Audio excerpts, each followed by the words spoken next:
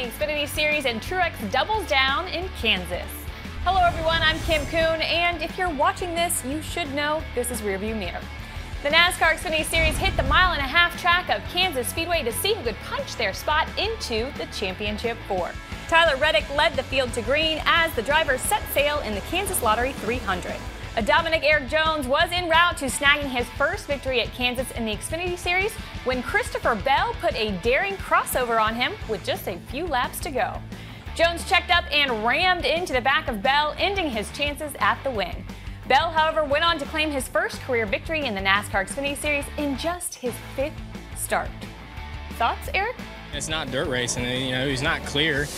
I can't just stop on the top. I mean, I didn't expect him just to drive in on the bottom so far. He wouldn't be able to hold his lane. I'm not sure I want to be in the JGR competition meeting this week. Ugh, yikes. Well, maybe Sunday would be a better day for Mr. Jones. With the round of 8 set to kick off next weekend, it was virtually a do-or-die situation for some of the Cup Series drivers. Martin Truex Jr. and Brad Keselowski were already locked into the round of 8, but several drivers found themselves on the bubble. With the pressure mounting and tensions rising, who would claim the victory in Kansas? Could one of the bubble drivers keep their race for a championship alive with a big win? Or would the big one strike and wreck hopes and dreams of a championship glory? Who knows? Let's check in on the memorable moment of the week.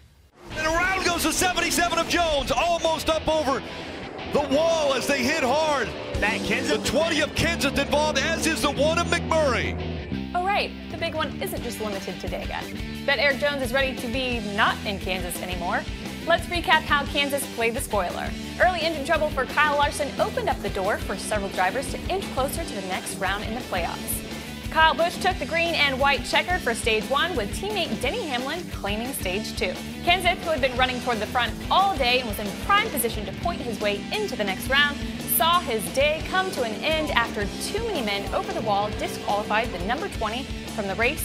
But the reason he was in that predicament was because of the incident in our moment of the week. Remember that? That moment, along with a couple of Jimmy Johnson spins, gave a glimmer of hope to Kyle Larson.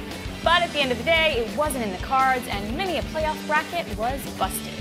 Kyle Busch survived, sending the hopes of a championship for Larson, McMurray, Stenhouse, and Kenseth up like dust in the wind.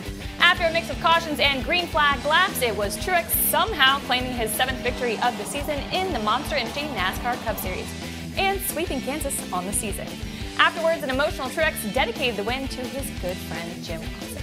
He was a heck of a guy and a great worker, and put a lot of speed in these Furniture Row Toyotas, so glad we could get him here, get him one here today, and excited to get another one here at Kansas. This feels really awesome. That'll do it for this week's edition of Rearview Mirror. Tune in next week as we head to NASCAR's shortest track for the grandfather clock in Martinsville.